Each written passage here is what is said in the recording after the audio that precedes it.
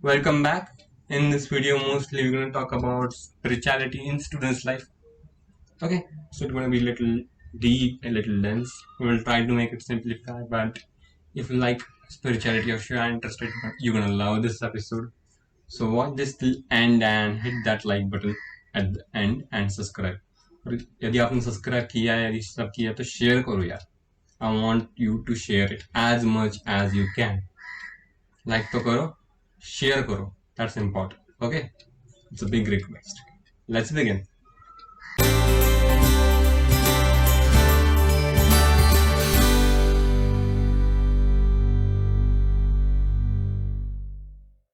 Right. So अभी आपने प्राणायाम वगैरह बोला तो मेरे को और एक क्वेश्चन आ रहा है कि यूथ में योगिक प्रैक्टिसेस की क्या इम्पोर्टेंस है. लाइक बहुत से यूथ को योगा अभी बहुत आ गया है, पर बहुत टाइम से अभी भी ऐसे लोग हैं जिन्हें yoga is like boring thing. उन्हें लगता उन्हें वे एक्सेप्ट नहीं कर पा रहे योगा को. तो उनके लिए योगा की क्या इम्पोर्टेंस है, उनकी लाइफ में क्या रोल प्ले कर सकता है yoga as per you? Yes. तो आपको याद रहेगा जब मैं फर्स्ट क्वेश्चन का आंसर दे रहा था उसमें मैंने बोला था कि आपको स्किल्स चाहिए कुछ ही जो भी आपका गोल है उसको अचीव करने के लिए. यस. तो ये स्किल्स आते हैं कैसे? तो वो स्किल्स आते हैं योग से. राइट. योग मतलब क्या? आपको लगता है कि जब हम 50-60 साल के हो जाएंगे तब कुछ करेंगे. तो एक्चुअली अगर आप मुझे पूछोगे, I did my PhD from IIT Bombay, और जब मैं पीएचडी कर रहा था उस समय जो भी कुछ योगिक प्रैक्टिसेस है उसका बहुत हेल्प हुआ मुझे, जो भी स्किल्स है वो एक्वायर करने के लिए. राइट. सो दो तरह के स्किल्स रहते हैं. एक होता है डोमेन स्किल जो हम पढ़ते हैं, जो हमारे करिकुलम में होता है, और एक रहता है सॉफ्ट स्किल्स. सॉफ्ट स्किल्स मतलब क्या? जिसमें कम्युनिकेशन स्किल आता है, टीम वर्क आता है, ability to handle our emotions आता है, लीडरशिप स्किल्स आता है. जब आप कुछ इंटरव्यू दे रहे हो उसमें आपका मन कितना प्रसन्न है, कितना शांत है, या आप उस सिचुएशन में थोड़ा सा प्रेशर में आ जाते हो, ये सारे सॉफ्ट स्किल्स रहते हैं. To deal with different situations with calm and peaceful mind. तो स्टैनफोर्ड यूनिवर्सिटी ने रिसर्च किया है कि if you want to be successful in achieving your goals, 87.5% soft skills are required and only 12.5% domain skills are required. So percentage of soft skills is much more than that of domain skills. तो अगर आपको soft skills develop करने हैं तो आपको योगिक techniques है या meditation है, कुछ फिजिकल एक्सरसाइज है, प्राणायाम है, उसका बहुत ही यूज हो सकता है, ऐसे मुझे लगता है. राइट. सो और एक क्वेश्चन आपने बताया ऐसे है कि स्पिरिचुअल प्रैक्टिसेस में इसको कैसे इम्प्लीमेंट, मतलब स्पिरिचुअल प्रैक्टिसेस के बारे में भी लोग इतने अवेयर नहीं है, उन्हें इतना कनेक्ट नहीं होते. उन्हें लगता है कि स्पिरिचुअलिटी इज समथिंग लाइक जो 60s के बाद की जाती है, रिटायरमेंट के बाद की जाती है. पर स्टूडेंट के लाइफ में स्पिरिचुअलिटी की क्या ये रोल है एज पर यू? यस. सी, जैसे आपने सही बोला है कि हमारे यूथ में ना स्पिरिचुअलिटी के बारे में बहुत ही मिसकंसेप्शंस है, और उसमें बॉलीवुड की जो मूवीज है या जो भी हमारे यूथ को जो भी एजुकेशन दिया जाता है उसका बहुत ही बड़ा रोल है, जो हमारे यूथ को स्पिरिचुअलिटी एग्जैक्टली क्या है वो एक्सप्लेन ही नहीं करता कोई. Of course. राइट. तो जब मैं आईआईटी में पीएचडी कर रहा था तो मुझे भी ऐसे लगता था कि स्पिरिचुअलिटी मुझे तो नहीं करना है.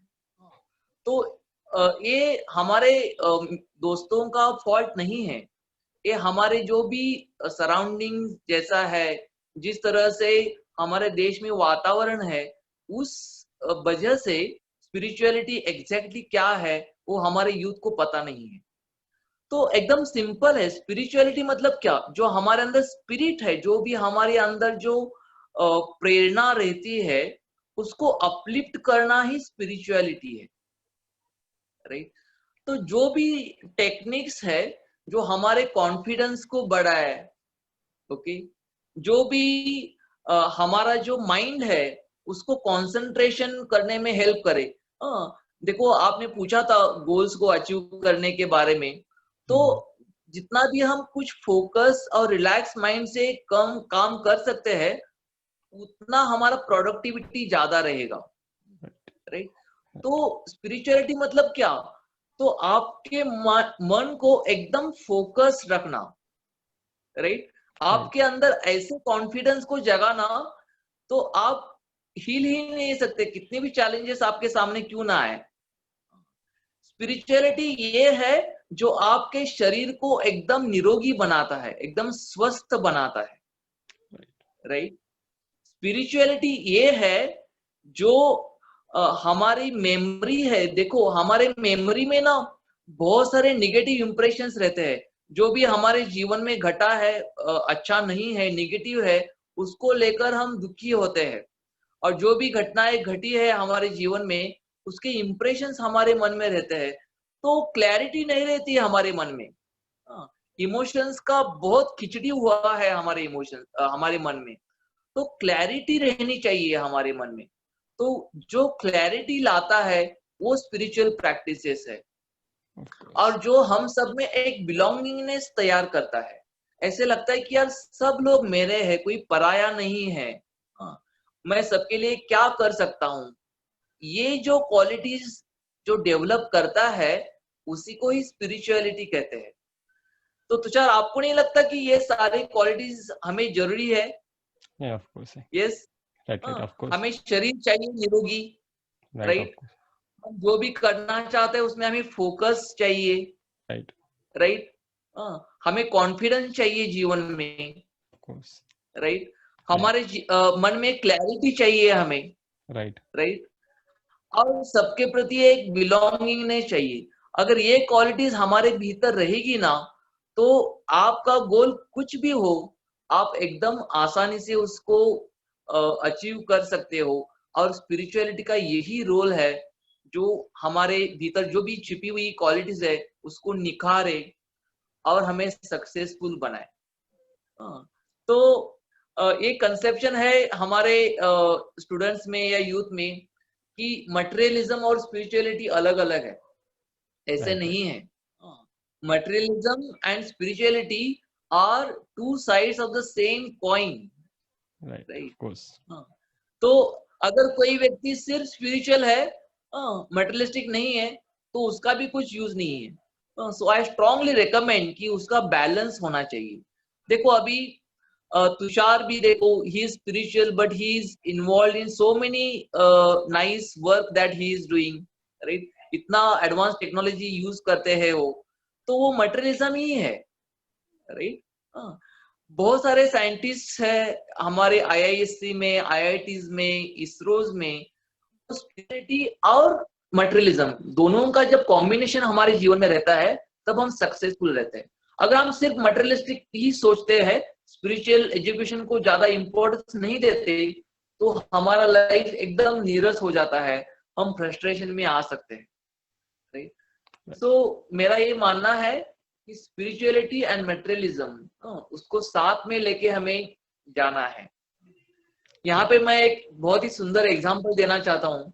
आपने नटराज या श्री कृष्ण का कुछ स्टैचू देखा होगा, Yeah, तो उसमें श्री कृष्ण जी का एक पैर जमीन पे स्थिर रहता है और दूसरा पैर है वो थोड़ा टेढ़ा रहता है, right. And then it becomes so beautiful, it looks like a dance, isn't it? right, right.